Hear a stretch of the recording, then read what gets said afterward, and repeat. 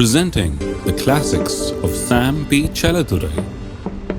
Sam P. Chaladurai அவர்களின் போதனை களஞ்சியத்திலிருந்து சங்கீதம் 91 போவோம். 7ஆம் வசனத்தை வாசிப்போம்.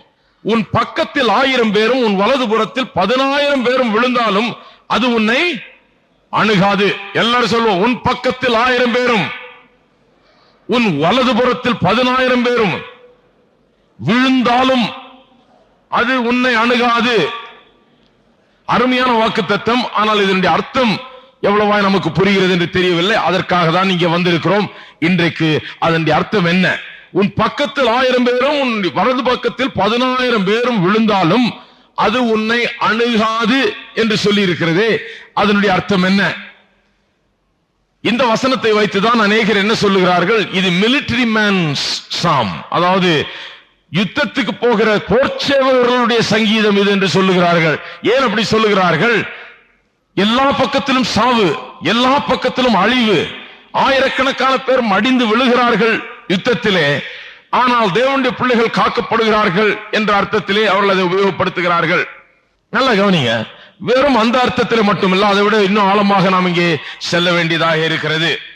என்ன அர்த்தத்தோடு சொல்லப்பட்டிருக்கிறது? பக்கத்தில் 1000 பேரும் வலது பக்கத்திலே 10000 பேரும் என்று எந்த அர்த்தத்திலே சொல்லப்பட்டிருக்கிறது? யார் அது 1000 பேர் 10000 பேர் விழுகிறவர்கள்? நான் சொல்லுகிறேன், உங்களுக்கு எதிராக வருகிற பிசாசினால் ஏவப்பட்டு வருகிற பிசாசன் அசுத்த சக்திகளும் பிசாசினால் ஏவப்பட்டு வருகிற மனிதர்களும் மடிவதை குறித்து தான் அங்கே சொல்லப்பட்டிருக்கிறது. உன் பக்கத்தில் 1000 பேரும் வலதுபுறத்தில் 10000 பேரும் என்று சொன்னால் உங்களுக்கு எதிராக எழும்புகிறவர்கள், உங்களுக்கு எதிராக எழும்பும் பிசாசின் சக்திகள், உங்களுக்கு எதிராக எழுப்பப்படும் எல்லா மனிதர்களும் எல்லா பிசாசின் சக்திகளும் அப்படியாய் மடிந்து போவார்களாம். அதன் நடுவே நீங்க என்ன பண்ணிட்டு இருப்பீங்க? நிற்பீர்கள். இது ஏதோ எல்லாருக்கும் ஏதோ அழிவு வருது, உங்களுக்கு மட்டும் வராது, அப்படி அந்த அர்த்தத்தில் சொல்லப்படல. அந்த வாக்குத்தத்தம் வேற இடத்துல நிறைய இடத்துல கொடுக்கப்பட்டிருக்கிறது. ஆனால் இங்கே என்ன சொல்லப்பட்டிருக்கிறது? உங்களுக்கு எதிராக வருகிறவர்கள் உங்கள் இடது பக்கத்தில் 1000 வலது புறத்திலே 10000 மடிந்து விழுவார்கள். உங்களை நோக்கி வருவார்கள், உங்களை எதிர்த்து நிற்பார்கள், உங்களை சேதப்படுத்த நினைப்பார்கள். ஆனால் உங்கள் பக்கத்தில் 1000 வலது புறத்தில் 10000 மடிந்து போவார்கள். ஆனால் நீங்களோ நிற்பீர்கள் என்கிற அர்த்தத்திலே தான் சொல்லப்பட்டிருக்கிறது. எப்படி இதை சொல்லுகிறோம்? இது எழுதினவர் மோசே. 91வது சங்கீதம் மோசேயின் சங்கீதம் இல்லைங்களா? 91வது சங்கீதம் மோசேயின் சங்கீதம். 90, 91 சங்கீதங்கள்லாம் மோசேயினுடைய சங்கீதம், மோசே எழுதின சங்கீதம். மோசே இன்னொரு இடத்திலே 1000 10000 பேரை குறித்து பேசுகிறார். நம்ம அதை வாசிப்போம். அதை வாசிக்கும் போது ஏன் இப்படி நாம் வியாக்கியானம் பண்ணுகிறோம் என்பதை விளங்கும். உபாகமம் 32ஆம் அதிகாரம். மோசே தான் எழுதினார் இந்த சங்கீதத்தை. உன் பக்கத்தில் 1000 பேர் வலது பக்கத்தில் 10000 பேர் சொல்லுகிறார். உபாகமம் 32ஆம் அதிகாரம் 30, 31ஆம் வசனங்களை பார்ப்போம். இதை வாசித்தால் நமக்கு விளங்கும். அவர்களுடைய கன்மலை அவர்களை விற்காமலும் கர்த்தர் அவர்களை ஒப்புக்கொடாமலும் இருந்தாரானால் ஒருவன் 1000 பேரை துரத்தி 2 பேர் 10000 பேரை ஓட்டுவது எப்படி? மோசே என்ன சொல்லுகிறார்? ஒருவன் 1000 பேரையும் 2 பேர் எத்தனை பேர் ஓட்டுவாங்களாம்? 10000 பேரையும். ஏன் ஒருவன் 1000 பேரையும் 2 பேர் 10000 பேர் ஓட்டுறாங்க? இஸ்ரவேல் மக்களை குறித்து சொல்லுகிறார். அவருடைய யுத்த அனுபவத்தை குறித்து சொல்லுகிறார். அவர்களை எதிர்க்கிறவர்களுக்கு எதிராக இவர்கள் போகும்போது என்ன நடக்கிறது என்று சொல்லுகிறார். இஸ்ரவேல் மக்களை எதிர்த்து நிற்கிறவர்களுக்கு எதிராக இஸ்ரவேல் மக்கள் போகும்போது இவங்க ஒரு ஆள் 1000 பேருக்கு ஈக்குவலாம். 2 பேர் போனா எத்தனை பேருக்கு ஈக்குவலாம்? 10000 பேருக்கு ஈக்குவலாம். யார் சொல்லுகிறது? மோசே சொல்லுகிறார். தன்னுடைய ஜனங்களை பார்த்து சொல்லுகிறார், நம்முடைய ஒரு ஆளுக்கு அவருடைய 1000 ஆட்கள் சமம், நம்முடைய 2 ஆட்கள் போனா அவங்க 10000 பேருக்கு சமம். ஏன்? இதற்கு பின்னால ஒரு பெரிய சக்தி இருக்கிறது. அவர் சொல்லுகிறார், அவர்களுடைய கன்மலை, அவருடைய கன்மலை என்னன்னா நம்ம எதிர்த்து வருகிறவர்களுடைய கன்மலை, தேர் ராக், அவருடைய கன்மலை அவர்களை விற்று போடுகிறதாம்.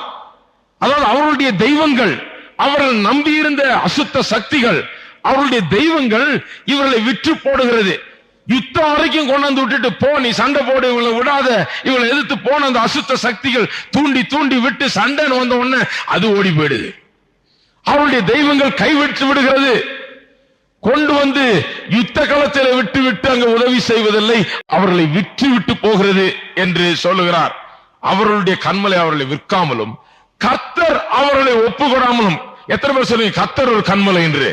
எல்லாரும் சொல்லுங்க கர்த்தர் என்னுடைய கண்மலை. நம்முடைய கண்மலைக்கும் அவருடைய கண்மலைகளுக்கும் ஒரு பெரிய வித்தியாசம் என்ன? அவருடைய கண்மலை எதிர்த்து நிற்கும் போது அது ஓடி போகுது.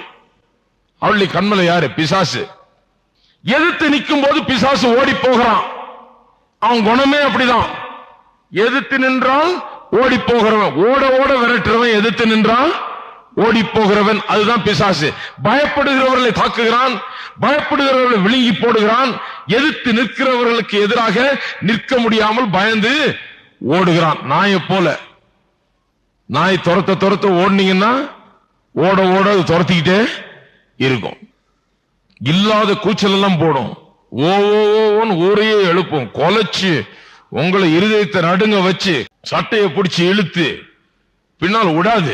ஓட ஓட இன்னும் அதனுடைய கூச்சலும் அதனுடைய வீராப்பம் அதிகரிக்க தான் செய்யும். கொஞ்சம் அப்படி நின்று பின்னால திரும்பி ஒரு சத்தம் போட்டீங்கன்னா அது ஓடுற வேகத்தை பார்க்கணும். நீங்க ஒரு கல் எடுத்தா போதும், அது தூரமா ஓடி போய் நின்று திரும்பி பார்க்கும். பிசாசு அப்படிதான், ஓட ஓட பயப்படுகிறவர்களை விரட்டுகிறான், திரும்பி நின்று எதிர்க்கிறவர்களை விட்டவன் ஓடி போகிறான். அவர்களுடைய கண்மலை ஓடி போதான், எதிர்க்கும் போது ஓடி போகிறது. கர்த்தர் அவர்களை ஒப்புக்கொடாமலும். ஆங்கிலத்தில் இப்படி சொல்லப்பட்டிருக்கிறது, how will this happen that one chases 1,000, two chases 10,000? How will it happen? He says, unless their rock sold them out and our rock shuts them up. எப்படி நடக்கிறது? ஒருவன் 1000 பேரையும் 2 பேர் 10,000 பேரையும் துரத்துகிறார்கள் நம் ஆட்கள். எப்படி நடக்கிறது என்று மோசே சொல்லுகிறார். எப்படி நடக்கிறது என்றால் அவருடைய கண்மலை அவர்களை விற்று போடுகிறது, நம்முடைய கண்மலை ஆகிய கர்த்தர் அவர்களை அடைத்து போடுகிறார், மாட்ட வச்சிருக்கிறார். ஆகையால் தான் அவ்வளவு பெரிய வெற்றி இஸ்ரவேல் மக்களுக்கு. அவர்கள் எதிர்த்து வந்தவர்களுக்கு எதிராக அவ்வளவு பெரிய வெற்றி. ஏன்? ஒருவர் 1000 பேரையும் 2 பேர் 10,000 பேரையும் துரத்துவது எப்படி? அவருடைய கண்மலை அவர்களை விற்று போடுகிறது என்று மோசே சொல்லுகிறார். இது மோசேயுடைய சங்கீதம். ஆகையால் அதே பாஷையை இங்கே உபயோகப்படுத்துகிறார். உன் பக்கத்திலே 1000 பேர், உன் வலது பக்கத்திலே 10,000 பேர் விழுந்தாலும். எதை சொல்றார்? அதை தான் சொல்றார். யுத்தத்துக்கு போகும்போது ஒருவராய் சென்றால் 1000 பேரையும், இருவராய் சென்றால் 10,000 பேரையும் அடிச்சு நொறுக்கிறீர்கள். எதிரிகள் உங்களுக்கு எதிராக மடங்கடிக்கப்படுகிறார்கள், மாண்டு போகிறார்கள், அழிந்து போகிறார்கள். ஆனால் நீங்களோ, உங்களுக்கோ ஒரு சேதம் உங்களை அணுகுவது கிடையாது. ஒரு சேதம் உங்களை அணுகுவது கிடையாது.